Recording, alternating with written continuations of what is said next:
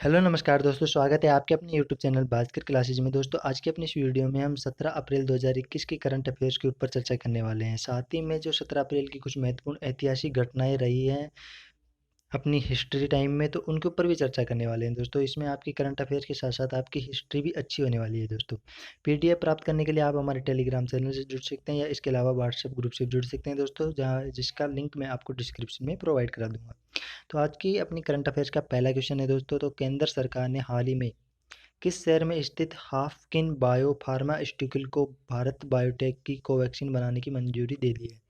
तो भारत बायोटेक के द्वारा दोस्तों अभी तक कोवैक्सीन का निर्माण किया जा रहा था, लेकिन अब मुंबई में स्थित हाफकिन बायो फार्मास्यूटिकल के द्वारा भी अब कोवैक्सीन का निर्माण किया जाना है। इसके बारे में और डिटेल्स में बात करें तो केंद्र सरकार ने हाल ही में मुंबई शहर में स्थित हाफकिन बायो फार्मास्यूटिकल को भारत में बायोटेक की एंटी कोरोना वैक्सीन कोवैक्सीन को बनाने की मंजूरी दे दी है। इस समय कोवैक्सीन हैदराबाद के भारत बायोटेक में बनाई जा रही है। साथ ही में सरकार ने देश के पूर्वी और दक्षिणी इलाकों के स्टील परियोजनाओं से ऑक्सीजन लेने की भी मंजूरी दी है। दोस्तों नेक्स्ट क्वेश्चन है अपना, भारत के किस राज्य में हाल ही में पहली फ्लोटिंग स्टोरेज एंड रिगेसिफिकेशन यूनिट मिली है? तो महाराष्ट्र में ये यूनिट मिली है दोस्तों, काफ़ी बड़ी ये प्राकृतिक गैस टर्मिनल होने वाला है। तो महाराष्ट्र राज्य के एच एनर्जी के जयगढ़ टर्मिनल रत्नागिरी जिले में हाल ही में पहली फ्लोटिंग स्टोरेज एंड रिगेसिफिकेशन यूनिट मिली है। यह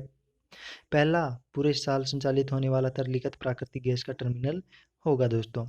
इसके बाद में 17 अप्रैल को विश्व भर में कौन सा दिवस मनाया जाता है? तो 17 अप्रैल को विश्व भर में विश्व हीमोफीलिया दिवस मनाया जाता है। विश्व हीमोफीलिया दिवस 17 अप्रैल को विश्व भर में विश्व हीमोफीलिया दिवस मनाया जाता है। यह दिवस हीमोफीलिया तथा रक्त स्राव संबंधी अन्य आनुवंशिक विकारों के बारे में जागरूकता पैदा करने के लिए हर वर्ष मनाया जाता है। इसके बाद में नेक्स्ट क्वेश्चन है दोस्तों, पीएनबी घोटाले के कारोबारी जो नीरव मोदी है उनको भारत प्रत्यार्पण के लिए किस देश के गृह मंत्रालय ने मंजूरी दे दी है? दोस्तों तो ब्रिटेन के गृह मंत्रालय ने इसकी मंजूरी दे दी है नीरव मोदी को भारत में प्रत्यार्पण करने की, यानी कि भारत को भेजने की मंजूरी दे दी है। तो ब्रिटेन के गृह मंत्रालय ने हाल ही में पीएनबी घोटाले के कारोबारी नीरव मोदी को भारत प्रत्यार्पण की मंजूरी दे दी है, जबकि आखिरी सुनवाई में ब्रिटेन के कोर्ट ने नीरव मोदी को भारत में भेजने की मंजूरी दे दी थी। नीरव मोदी पर पीएनबी से लोन लेकर करीब 14,000 करोड़ रुपए की धोखाधड़ी करने का आरोप है।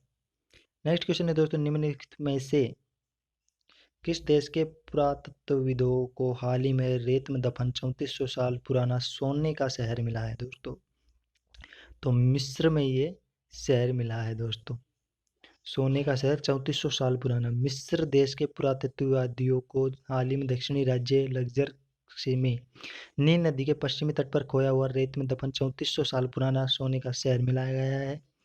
वर्ष 1922 में मिस्र के सबसे चर्चित फेरो यानी राजा तुतन खामेन के मकबरे की खोज के बाद इसे सबसे बड़ी उपलब्धि माना जा रहा है। नेक्स्ट क्वेश्चन है दोस्तों अपना, महिलाओं में खून के थक्के जमने की वजह से किस देश में ने जॉनसन एंड जॉनसन वैक्सीन पर अस्थायी रोक लगा दी है? तो अमेरिका ने इस पर रोक लगा दी। दोस्तों अमेरिका के रोग नियंत्रक व रोकथाम केंद्र और खाद्य और औषधि प्रशासन ने हाल ही में महिलाओं के खून के थक्के जमने की वजह से जॉनसन एंड जॉनसन वैक्सीन पर अस्थायी रोक लगा दी है। यह मामले उन लोगों के मामलों के समान है जो एस्ट्राजेनेका वैक्सीन की खुराक लेने के बाद यूरोपीय संघ में रिपोर्ट किए गए थे। नेक्स्ट क्वेश्चन है दोस्तों, इनमें से कौन सा देश हाल ही में जलवायु परिवर्तन के लिए कानून बनाने वाला विश्व का पहला देश बन गया है?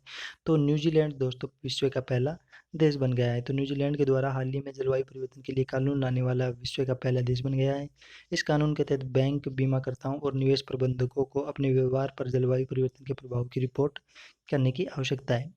नेक्स्ट क्वेश्चन है दोस्तों अपना, भारत और किस देश ने हाल ही में गगनयान मिशन के सहयोग के लिए समझौते पर हस्ताक्षर किए हैं? तो फ्रांस देश है दोस्तों, जिसके साथ इसरो और फ्रांस की जो अंतरिक्ष एजेंसी है ने हाल ही में भारत में पहले मानव युक्त अंतरिक्ष मिशन गगनयान मिशन के सहयोग के लिए समझौते पर हस्ताक्षर किया है। इसरो ने फ्रांस की CNES से गगनयान मिशन में मदद करने और इस कार्य में इसके एकल यूरोपीय सहयोगी के रूप में देखने की घोषणा की है। नेक्स्ट क्वेश्चन है दोस्तों, निम्नलिखित में से किसने हाल ही में विश्व पुनर्वित्त सुविधा 2021 को लॉन्च किया है? तो नेशनल हाउसिंग बैंक के द्वारा ये शुरुआत की गई है। नेशनल हाउसिंग बैंक, हाल ही में नेशनल हाउसिंग बैंक ने विशेष पुनर्निर्मित सुविधा 2021 शुरू की है और 10,000 करोड़ रुपए इस सुविधा के लिए नामित किए गए हैं।